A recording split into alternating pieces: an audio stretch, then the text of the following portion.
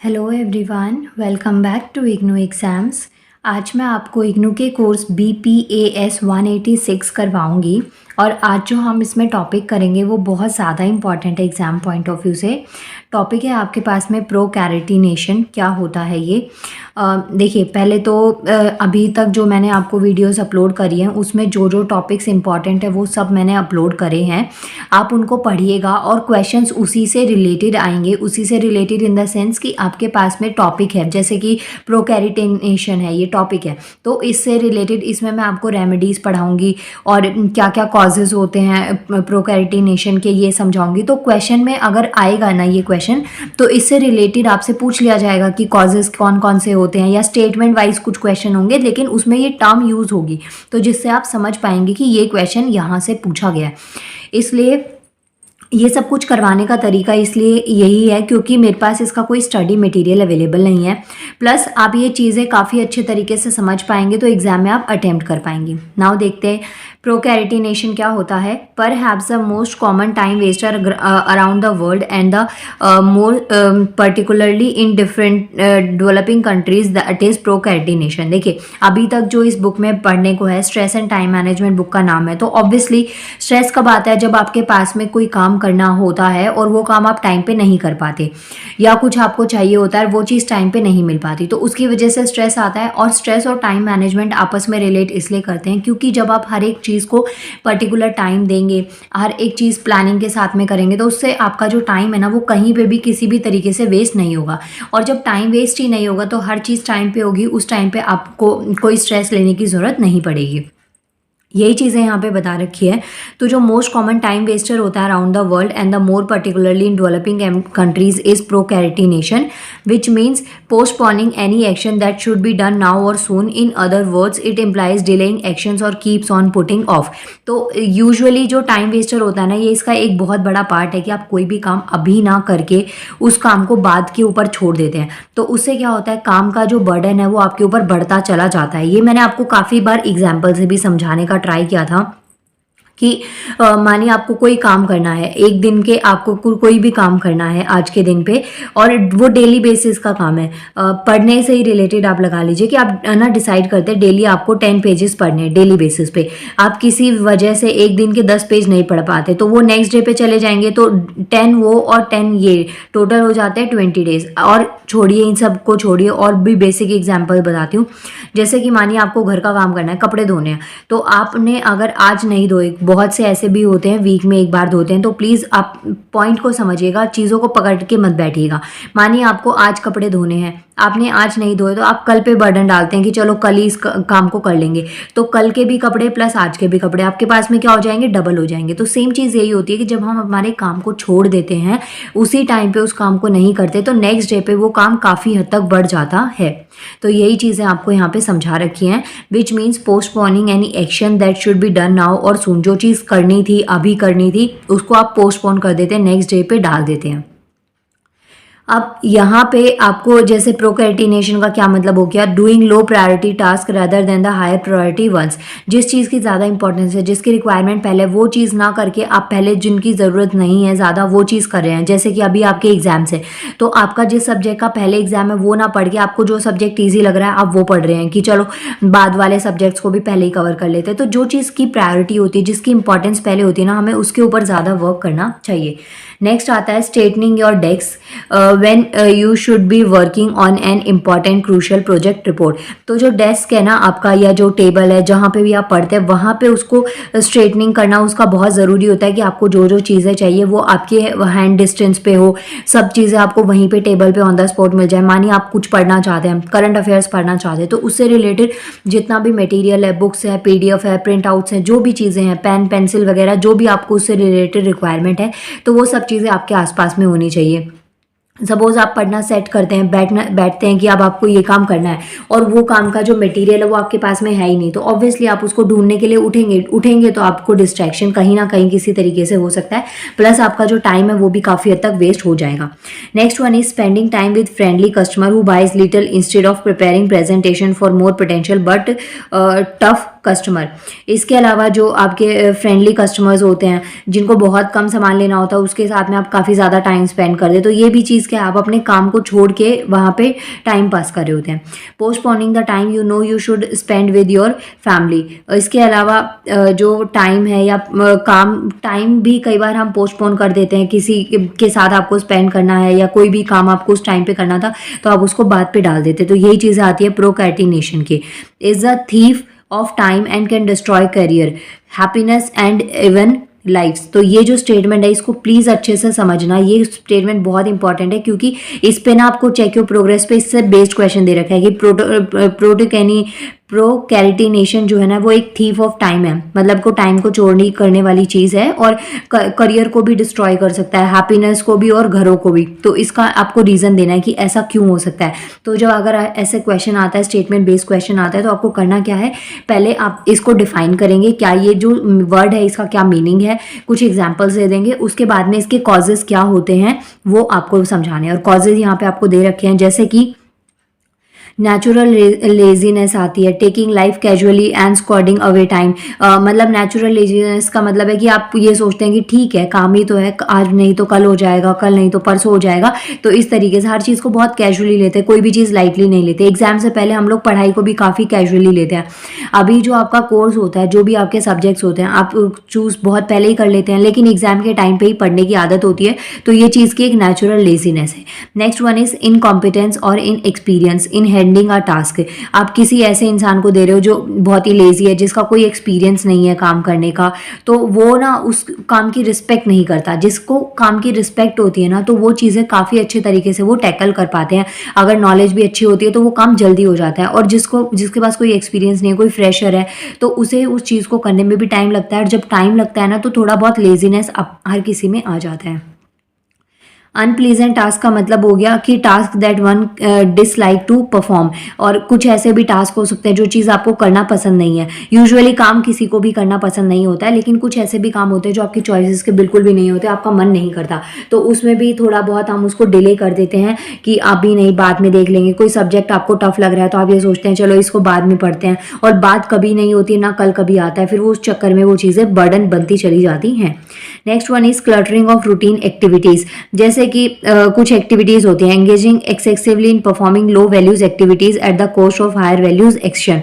जो आपकी बहुत ही लो वैल्यूज एक्टिविटीज़ होती हैं उन पे आप कुछ ज़रूरत से ज़्यादा बिजी हो गए, और जो आपकी जिनको ज़्यादा आपको इंपॉर्टेंस देनी चाहिए थी वो चीज़ आपने नहीं करी। अब देखिए मैं एग्जाम्पल देती हूँ यहाँ पे खाने का। वैसे खाना कोई बेकार की एक्टिविटी नहीं है, लेकिन उसकी भी इंपॉर्टेंस हर एक पर्सन टू पर्सन अलग है। अगर मानिए आपका कोई काम ही कुकिंग का है, आपको खाने के अलावा कोई काम ही नहीं है कि कुकिंग ही करनी है आपको, आप और कुछ काम ही नहीं करते, तो आप खाने को ज़्यादा इंपॉर्टेंस दीजिए। और अलग अलग वैरायटी आप अपने डिशेज़ में टेस्ट कर सकते हैं, अलग अलग वैरायटी ट्राई कर सकते हैं, लेकिन आपको पता है आपका करियर और भी चीज़ों में उलझा हुआ है, और भी चीज़ें इंपॉर्टेंट है, तो वहाँ पे उस काम को आप थोड़ा कम भी टाइम दे सकते हैं। ऐसा नहीं कह रही हूँ कि खाना ही छोड़ दीजिए, लेकिन थोड़ा कम वैरायटी में थोड़े कम नखरे दिखाए जा सकते हैं वहाँ पे, तो ये चीज़ें आती हैं। नेक्स्ट आता है लैक ऑफ विल पावर।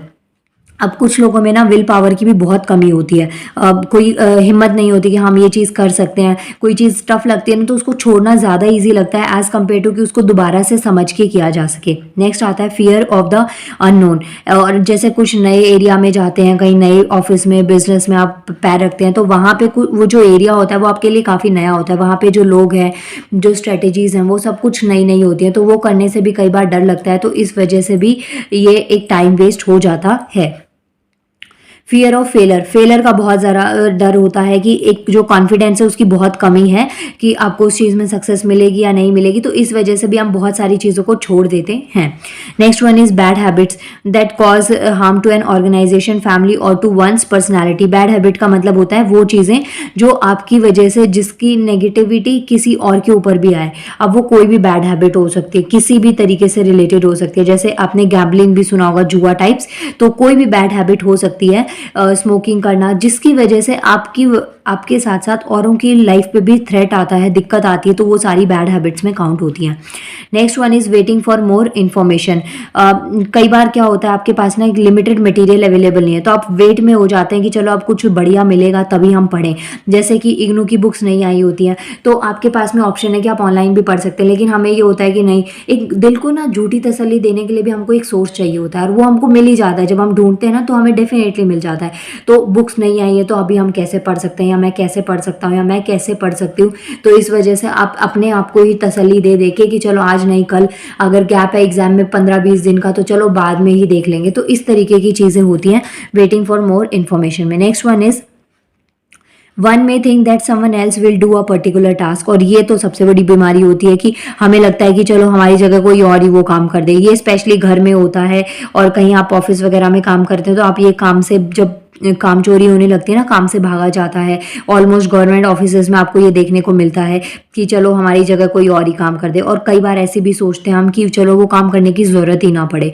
तो ये चीज़ें। नेक्स्ट आता है एक्सक्यूजेज।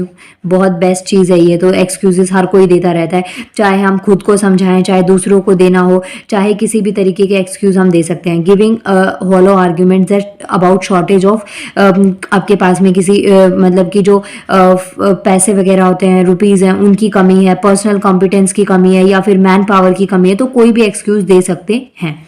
नेक्स्ट आता है लैक ऑफ मोटिवेशन। और जो विल पावर है, लैक ऑफ विल पावर और मोटिवेशन ऑलमोस्ट सेम चीज़ें ही हैं। विल पावर का ये हो गया कि आपके अंदर से वो चीज़ आ रही है, मोटिवेशन का मतलब भी आपके अंदर से आती है। देखिए 4 वीडियोस देख के मोटिवेट कोई भी हो जाता है, लेकिन वो कुछ टाइम तक रहता है। जब तक आपके अंदर से कोई चीज़ करने की नहीं आती कि आपको लाइफ में ये चीज़ करनी है या ये अचीव करना है, तब तक कोई भी आपका एक्सटर्नल फैक्टर हेल्प नहीं कर सकता है। अब ये ना मैंने आपको कुछ प्रोकैरिटिनेशन के ना कुछ आपको एक्सक्यूजेज कॉजेज दे दिए कि इनकी वजह से होता है। ऊपर यहाँ पे आपको डेफिनेशन दे रखी है, यहाँ पे ये कॉजेज हैं कि इनकी वजह से होता है। इसमें बहुत सारे पॉइंट्स हैं, आप इसमें से कुछ लिमिटेड पॉइंट्स भी पिकअप कर सकते हैं। लास्ट पॉइंट आता है रेमेडीज़ की, ये जो दिक्कत है इससे कैसे बचा जा सकता है। तो रेमेडीज़ में क्या आता है, in a well known book eat that frog eminent management expert Brian tells suggest 21 practical ways. अब यहाँ पे ना कुछ आपको दे रखे हैं कि किस तरीके से आप इनको ये जो प्रोकैरिटिनेशन है ना कि टाइम वेस्टेज हो रही है, इससे कैसे आप बच सकते हैं, कैसे इसको यूटिलाइज कर सकते हैं। तो ये यहाँ पे कुछ आपको सजेशंस दे रखे हैं, जैसे कि आपके जो गोल्स हैं वो बहुत क्लियर होने चाहिए, उनको आप लिखिए, टू डू लिस्ट प्रिपेयर करिए डेली बेसिस पे कि आपको ये चीज़ें करनी है। छोटे छोटे टारगेट्स को बनाइए, जिससे क्या होगा कि आप उन चीज़ों को करना स्टार्ट करेंगे तो ऑब्वियसली आपके अंदर एक कॉन्फिडेंस बिल्ड होगा और फिर आप कंटिन्यूएशन में करते चले जाएंगे। सेट डेडलाइन सेट करिए कि इतने टाइम में आपको करना है। अगर आप एक बार पढ़ने बैठे तो सेट करिए कि अभी 1 आवर तो हिलना ही नहीं है, या एक टॉपिक उठाया, मानिए ये जो टॉपिक है ना प्रोक्रेस्टिनेशन, यही आपने मेरी वीडियो से सुना, उसके बाद में आप मेक श्योर करिए कि इसको मैक्स टू मैक्स 10 मिनट्स का टाइम देंगे और ये चीज़ें हम लोग अच्छे से समझ लेंगे। तो डेडलाइंस को सेट करिए। इसके अलावा एक्शन बनाइए, प्लान एक्शन बनाइए, जो भी आपको काम करना है उसकी प्लानिंग पूरी प्रॉपर करिए। And do something every day that takes your near to your goals. और एक अपना ना गोल पहले सेट करिए, और डेली ना कम से कम आपको डेली टाइम में जब भी आपको निकाल सकते हैं आप उस काम के लिए, आपको गोल तक पहुंचने के लिए जो चीज़ें करनी चाहिए, तो डेली अपने करियर या अपने गोल की साइड में एक स्टेप बढ़ाइए। उससे क्या होगा, आपका डेफिनेटली हो जाएगा पूरा काम अच्छे तरीके से। इसके अलावा हर चीज़ को ना एडवांस में प्लान करिए। एडवांस में प्लान करने का मतलब मैंने आपको समझाया था कि पहले से ना आपको मानिए सुबह 4 बजे उठ के पढ़ना है, तो पहले से एक दिन रात को पहले ही आप उस चीज़ को डिसाइड कर लीजिए कि आपको सुबह 4 बजे ये टॉपिक्स पढ़ने हैं। जो बुक्स पढ़नी है उसको पहले साइड में रखिए। जो मटेरियल आपको चाहिए वो टॉपिक पढ़ने के लिए, तो वो पहले से क्लियर होना चाहिए, ताकि जब आप पढ़ने बैठे या कोई भी काम करने बैठे तो वो आपका डायरेक्ट काम पे फोकस हो। ये नहीं कि उसके लिए आप पहले से प्लानिंग बनाएंगे, क्योंकि उस टाइम पे प्लानिंग बन जाएगी, इतनी देर का मोटिवेशन होता है तो उसमें प्लानिंग बनी और उसके बाद में फिर पढ़ने का मन नहीं करता। अगर आप पहले से ये चीज़ें डिसाइड कर लेंगे, पहले एडवांस प्लानिंग कर लेते हैं, तो फिर आपका वो जो काम है ना वो पूरा अच्छे तरीके से अचीव हो जाता है। नेक्स्ट आता है tackle the more important and difficult task first. अब जब भी आप पढ़ने बैठते हैं या कुछ भी ऐसा काम करते हैं, तो जो चीज़ आपको उसमें टफ लगती है उसको पहले करिए, या ज़्यादा इंपॉर्टेंट है उसको पहले करिए, क्योंकि ईजी काम्स में ना आलस नहीं आता। जो चीज़ बार बार आराम से हो जाती है उसमें आलस नहीं आता। जो चीज़ टफ लगती है, नया काम होता है, उसको करने में थोड़ी दिक्कत आती है। तो जो भी इंपॉर्टेंट है या जो डिफ़िकल्ट टास्क है उनको पहले कंप्लीट करिए। इसके अलावा जो भी आपकी प्रायोरिटी है कि किस काम की ज़रूरत कब है, कब कौन सी चीज़ की रिक्वायरमेंट है, उस उसको पहले करिए। ये नहीं है कि अपने स्पीड से चल रहे हैं, डेली बेसिस पे आपने काम का टारगेट सेट कर लिया कि शुरू के 1 आवर ये करना है, नेक्स्ट 2 आवर्स आपको ये करना है, नेक्स्ट 1 आवर में आपको ये चीज़ करनी है। तो ये डेली बेसिस पे आपका सेम नहीं रह सकता। हो सकता है किसी दिन आपको कहीं जाना पड़ जाए, हो सकता है कुछ एक्स्ट्रा आपको पढ़ना पड़ जाए, हो सकता है कोई और नया काम उस काम की जगह पे आ जाए। तो प्रायोरिटीज़ आपको सेट करनी आनी चाहिए कि क्या चीज़ आपके लिए प्रायोरिटी है। वहीं पे अगर आपके लिए फ्रेंड्स के साथ जाना प्रायोरिटी है, उस टाइम पे वो इंपॉर्टेंट है, तो वो चीज़ करिए। लेकिन अगर आपको लगता है कि वहाँ जाके आपका टाइम वेस्ट हो रहा है और उसकी जगह आप कुछ और प्रोडक्टिव कर सकते हैं, तो वो चीज़ करिए। तो प्रायोरिटी होना बहुत ज़रूरी है कि आपको अपनी जो थिंग्स है, जो जो चीज़ें चाहिए पहले, तो वो चीज़ के लिए आपको करना ज़्यादा ज़रूरी होता है।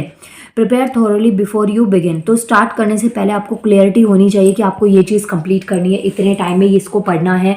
तो ये चीज़ें प्लान है, जो एक्शन प्लान है ना, वो आपका पहले होना चाहिए। और स्टेप्स जो है ना छोटे छोटे लीजिए। ऐसा नहीं है कि आप मानिए एक बुक आपको पढ़नी है, तो आप एक बार जब आपने बुक देखी ना, 4 मोटिवेशन वीडियोस देख के आपने देखा कि आज तो इस बुक को आप कंप्लीट करके ही उठेंगे, तो ये बहुत बड़ा मजाक होगा। ऐसा कभी नहीं करना। छोटे छोटे स्टेप्स लीजिए कि चलो आज मैं इस बुक का एक यूनिट या एक टॉपिक या एक कंसेप्ट या 4 पेजेस तो कंप्लीट करने ही है। तो ऐसे छोटे छोटे स्टेप्स लीजिए। छोटे छोटे स्टेप्स जब आप लेते हैं ना, तो उसके बाद में बड़े स्टेप्स लेने में बिल्कुल भी दिक्कत नहीं आती है।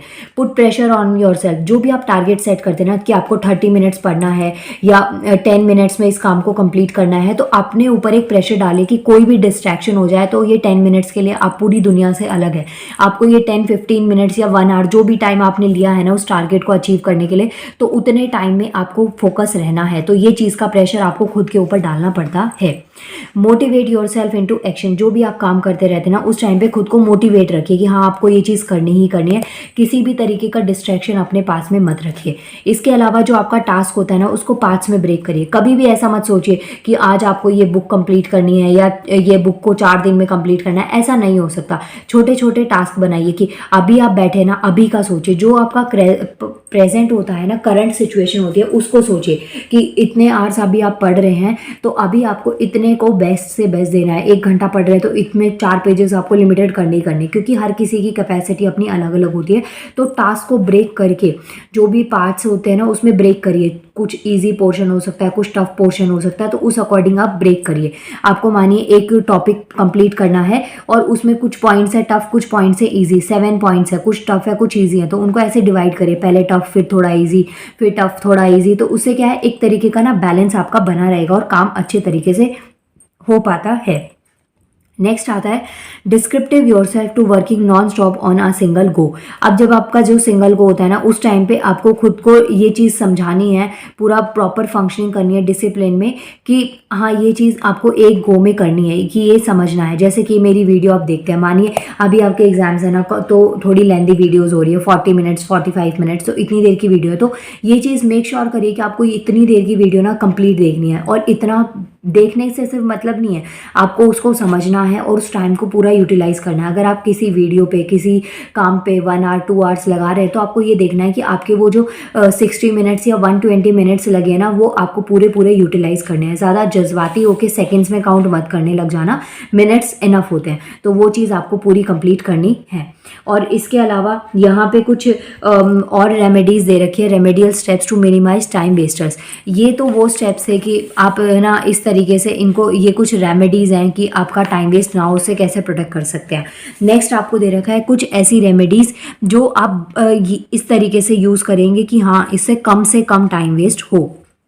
जैसे कि in personal life optimum stress should be placed on self management, self discipline, on leading on a well balance life. तो बहुत ही जो वेल बैलेंस लाइफ चलती है ना, कि इतने आवर्स आपको यहाँ पे देने हैं, इतने आवर्स ऑफिस वर्क में, इतने आवर्स फैमिली को देने हैं। तो ये जब आप बैलेंसिंग मेंटेन करके रखते हैं, तो उससे आपका स्ट्रेस काफ़ी हद तक कम हो जाता है। स्ट्रेस कम होगा तो उससे आपका टाइम कहीं पर भी वेस्ट नहीं होगा। Family should set example of mutual corporation, coordination and support. जो फैमिली है उनको एक म्यूचुअल कॉर्पोरेशन का एग्जाम्पल सेट करना चाहिए। दोनों ही साइड से अंडरस्टैंडिंग होती है। मतलब कि अगर आपके घर में कोई ऑफिस वर्कर है, तो आपको उसकी साइड भी समझना चाहिए और ऑफिस वर्कर को, फैमिली को भी थोड़ा समझना चाहिए। तो जो म्यूचुअल कॉर्पोरेशन है वो बहुत ज़्यादा होना ज़रूरी होता है। Next one is constant emphasizing on competition building up among all members of the family and workplace should be an integral part of our behavior. Training is a prerequisite of the better management. तो जो भी है ना, work place है, family है, दोनों को separate separate रखना है. कंपटीशन कहीं पे भी किसी भी टाइप का नहीं होना चाहिए, कि दोनों को मेंटेन करना है, लेकिन कहीं पे भी किसी भी तरीके का कंपटीशन नहीं कि फैमिली में आपको कुछ लोगों को पॉइंट करे कि ऑफिस में आप वो चीज़, आपको वहाँ पे इतनी इंपॉर्टेंस मिलती है या वहाँ पे ऐसा होता है तो आपको ये चीज़ यहाँ पे भी चाहिए. तो वैसी वाली नवाबी आपको नहीं दिखानी है. इसके अलावा जो पर्सनल लाइफ है, प्रोफेशनल करियर है, वो पूरा पूरा इफेक्टिव होता है और अपलिफ्टिंग होना चाहिए. तो हैबिचुअल ऐसा होना चाहिए कि आप अपनी पर्सनल और प्रोफेशनल दोनों ही लाइफ को काफ़ी हद तक मेंटेन करके चलें. इसके अलावा कुछ रूल्स है, प्रोसीजर्स है, कम्युनिकेशन चैनल्स होते हैं, तो ये सब चीज़ों को आप मेंटेन कर सकते हैं. तो यहाँ पे आपको ना कुछ पॉइंट्स दे रखे हैं, जैसे कि क्लैरिटी इन गोल सेटिंग, जो अभी मैं समझा चुकी हूँ. टाइम और वर्क स्टडीज़ जो होती हैं वो दोनों तरीके से फैसिलिटेट करें, दोनों को इक्वल करके चलना चाहिए, क्योंकि अगर आप एक चीज़ में ही ज़्यादा भागते हैं ना तो वो एक तरीके का टाइम वेस्ट हो जाता है. डेडलाइंस फिक्स करना बहुत ज़रूरी होता है, क्योंकि जब प्रेशर होता है ना तभी आप काम कर पाते हैं. असाइनमेंट्स का भी देखिए, जब लास्ट डेट होती है ना उस टाइम पे कितने सारे बच्चे असाइनमेंट सबमिट करने पहुंच जाते हैं, पहले से कोई स्टार्ट नहीं करता. तो जो डेडलाइंस है ना वो आपको एक काम करने की स्पीड बढ़ाती है. प्लस नेक्स्ट जो वर्क कल्चर है ऑर्गेनाइजेशन का या कहीं पे भी काम करते हैं वो बहुत ही इंस्पायरिंग सा होना चाहिए. ऐसा नहीं कि कहीं किसी ऐसे ऑफिस में वर्क कर रहे हैं जहाँ पे बहुत ही डल डल सा सब कुछ है, आपको ज़्यादा ही वहाँ पे नींद आती है. कुछ इंस्पिरेशन होनी चाहिए. रूम में भी अगर आप पढ़ रहे हैं तो वहाँ पे भी रूम में कुछ ऐसा जैसे आपने देखा होगा जो लोग कॉम्पिटिटिव एग्जाम्स की प्रिपरेशन करते हैं तो जो भी उनका टारगेट होता है उसकी वो पिक्चर लगा लेते हैं. कुछ बहुत ही फेमस पर्सनालिटीज़ के कोट्स लगाते हैं कि हमें ये चीज़ें चाहिए. तो इस अकॉर्डिंग आप खुद को मोटिवेट रखना बहुत ज़्यादा ज़रूरी होता है. तो यही सब पॉइंट्स आपको यहाँ पे दे रखे हैं. अब देखिए चेक योर प्रोग्रेस में ना 2 क्वेश्चन दे रखे हैं, दोनों एग्जाम पॉइंट ऑफ व्यू से इंपॉर्टेंट है. फर्स्ट क्वेश्चन आपको दे रखा है कि जो ऑफिशियल टाइम वेस्टर होते हैं ना वो क्या चीज़ होती है. And next one question is procrastination क्या है. एक थीफ है टाइम का जो कि डिस्ट्रॉय कर सकता है करियर, हैप्पीनेस और लाइफ को. तो इस स्टेटमेंट को आपको डिफाइन करना है, इससे रिलेटेड पॉइंट्स लिखने हैं, कॉजेस लिखने हैं, प्लस कुछ रेमेडीज भी आपको लिखने हैं. क्वेश्चन इनकम्प्लीट आया बट मैं आपको पूरा कंप्लीट कर देती हूँ. आपको ये स्टेटमेंट मैंने यहाँ पे दिखाई थी, देखिए ये शीट में मैंने आपको यहाँ पे ये दिखाया था कि कहाँ पे गया वो पॉइंट, ये रहा. ये देखिए ये पॉइंट है ना, इसके यहाँ पे कॉजेज दे रखे हैं, ये इसका मीनिंग है, और यहाँ पे कुछ रेमेडीज दे रखे हैं. तो इस अकॉर्डिंग आप इस आंसर को कंप्लीट कर सकते हैं. अब देखते हैं नेक्स्ट शीट. नेक्स्ट जो टर्म है वो है ई ऑफिस. ई ऑफिस क्या होता है. E office aim to support governance by in more effective and transparent inter and intra governmental processes. E office basically क्या चीज़ है, आजकल ना सब कुछ ऑनलाइन मोड पे हो गया है. आप अपने बिल्स को पे कर सकते हैं, आप गवर्नमेंट आपको कोई नोटिस भेजती है वो ऑनलाइन मिल जाता है, आपका ट्रैफिक चालान होता है, हर चीज़ आपको ना ऑनलाइन बेसिस पे मिल जाती है. तो इससे जो गवर्नमेंट है उनका काम काफ़ी हद तक सिंप्लीफाई हुआ है. सिंप्लीफाई इन द सेंस कि जब पहले चालान होते थे ना ऑफलाइन बेसिस पे चालान होता है तो उसमें क्या होता है आप थोड़ा बार्गेनिंग पे आ जाते हैं, लड़ने झगड़ने पे, अपनी पावर्स को दिखाने पे आ जाते हैं. लेकिन जब ऑनलाइन बेसिस पे होता है ना तो उसमें किसी से ना लड़ झगड़ नहीं हो सकती, कुछ और कर नहीं सकते. आपको पता है कि आपको उस चीज़ को टाइम पे पेमेंट करना है. प्लस ऑनलाइन चीज़ें काफ़ी हद तक टैकल हो जाती हैं, उसमें टाइम भी बहुत कम वेस्ट होता है. तो यही चीज़ें यहाँ पे बता रखी है. The vision of e office is to achieve a simplified, responsive, effective and transparent working for all the government offices. तो ई ऑफिस से क्या हो गया, एक ट्रांसपेरेंसी आ गई. ट्रांसपेरेंसी का मतलब जैसे कि आप कुछ भी जो पेमेंट्स वगैरह कर रहे हैं या बिल चालान वगैरह जो भी आप फिल कर रहे हैं तो वो आपको ऑनलाइन मोड में क्लीन एंड क्लियर दिख जाता है. आपको हर चीज़ क्लियरिटी से साथ दिख जाती है कि इस चीज़ का चालान इतना है, इस चीज़ के लिए अगर आप लेट इलेक्ट्रिसिटी बिल पे करते हैं तो इसके लिए आपको इतनी पेमेंट करनी पड़ेगी. तो वो एक ट्रांसपेरेंसी होती है. ऐसा नहीं कि किसी के लिए कम किसी के लिए ज़्यादा. तो एक ट्रांसपेरेंट वर्किंग हो जाती है. प्लस बहुत ही रिस्पॉन्सिव और इफेक्टिव होता है. रिस्पॉन्सिव और इफेक्टिव का मतलब ऑनलाइन बेसिस पे आपको कहीं जाना नहीं पड़ता, तो आप अपने एक टिक से भी ना टाइम को सेव करके और उस चीज़ को कर लेते हैं.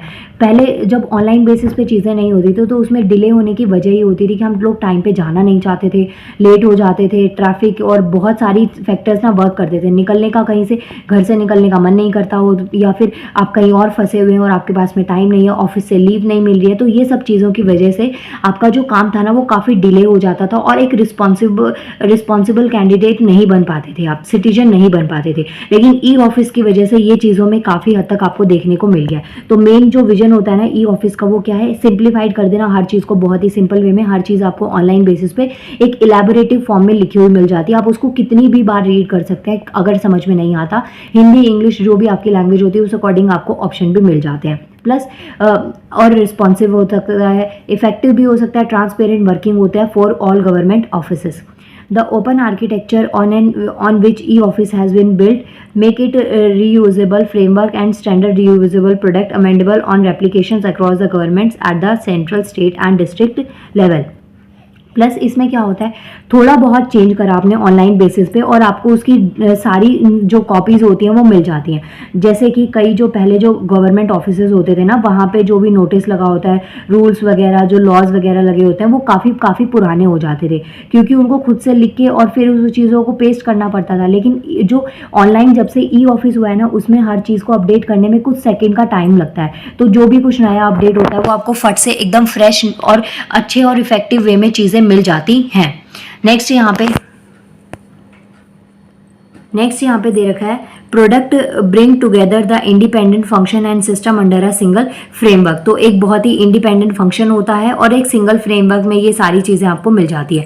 अब यहाँ पे कुछ आपको बेनिफिट्स दे रखे हैं ई ऑफिस के। वैसे तो स्टार्टिंग में मैंने समझा दिए, जो ई ऑफिस होता है वही उसके बेनिफिट्स भी अपने आप में कि सब चीज़ें आपको ई का मतलब क्या हो गया, टेक्नोलॉजी के बेसिस पे आपको सब कुछ ऑनलाइन प्लेटफॉर्म पे मिल रहा है। तो इस तरीके से एनहेंस ट्रांसपेरेंसी, इससे ट्रांसपेरेंसी बढ़ गई है, जिससे फाइल जो होती है उनको ट्रैक किया जा सकता है, उनका स्टेटस देखा जा सकता है, हर चीज़। कोई भी जो थीफ आइटम्स होते हैं, चोरी हो जाती है कोई भी चीज़, आप उसकी रिपोर्ट करवाइए और उसके बाद में आपको एक ट्रैकिंग, आप वहाँ से आप ट्रैकिंग देख सकते हैं कितना चीज़ वर्क हो रहा है। वैसे तो ये चीज़ें वर्क कम करती हैं, लेकिन फिर भी बहुत सारे प्राइवेट सेक्टर्स में तो काफ़ी अच्छा वर्क होता है इसमें, तो ये चीज़ आप देख सकते हैं। वहीं पे जितने भी ऑनलाइन ऑर्डर्स डिलीवर होते हैं, ये सब आपको ऑनलाइन बेसिस पे दिख जाते हैं कि आपका ऑर्डर अभी यहाँ पे है, अभी यहाँ से निकल चुका है, यहाँ से डिस्पैच हुआ है। तो ये सब चीज़ें आपको स्टेटस मिलता जाता है।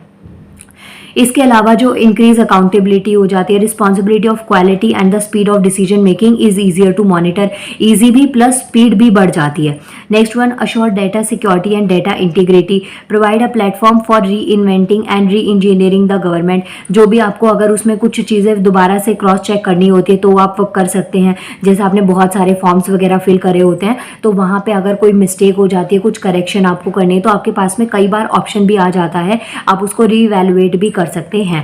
इसके अलावा promote innovations bye releasing staff energy and time for from unproductive procedure, या फिर transform the government work cultures and ethics, इस तरीके से। तो ये आपको ना बहुत सारे बेनिफिट्स दे रखे हैं ई ऑफिस के। तो इन पॉइंट्स को आप जूम करके देख लीजिए, मैंने वैसे और जूम कर दिया आपके लिए। तो ये आपको कुछ बेनिफिट्स दे रखे हैं और यहाँ पे आपको दे रखे हैं फीचर्स क्या क्या है ई ऑफिस के। ई फाइल्स हो गई, नॉलेज एंड मैनेजमेंट सिस्टम हो गया, कैम्प्स हो गया, ई लीव हो गया, ई टूर हो गया और स्पैरो और पिम्स। तो कुछ आपको ऐसे फीचर्स दे रखे हैं ई ऑफिस के। अब इसके अलावा यहाँ पे देखिए क्वेश्चन बहुत ही ज़्यादा इंपॉर्टेंट है। ये जो है ना ई ऑफिस, इससे बहुत ज़्यादा आपका टाइम सेव होता है, कोई भी चीज़ आपको टाइम रहते समझ में आ जाती है और अपना टाइम आप बचा पाते हैं। तो यहाँ पे क्वेश्चन है, highlight the benefits and the features of e office. तो ई ऑफिस क्या होता है वो भी आप डिफाइन कर सकते हैं। बेनिफिट्स और फीचर्स पूछे गए हैं, तो यहाँ पे देखिए ये आपके पास में बेनिफिट्स हैं और ये इसके फीचर्स हैं। तो इस तरीके से आप अपने आंसर को कंप्लीट कर सकते हैं। नाउ मिलते हैं नेक्स्ट वीडियो में, बाकी के नेक्स्ट टॉपिक्स को कंप्लीट करेंगे। And thank you so much इतना सपोर्ट करने के लिए चैनल को। और फाइनली मेरे 1000 सब्सक्राइबर्स पूरे हो गए हैं और मैंने चैनल को मोनेटाइज करने के लिए एप्लीकेशन दे दी है। सो सीरियसली मुझे बहुत बहुत खुशी हो रही है और बहुत अनएक्सपेक्टेड था ये। आप सबके सपोर्ट के बिना ये चीज़ बिल्कुल भी पॉसिबल नहीं हो पाती। So thank you so much.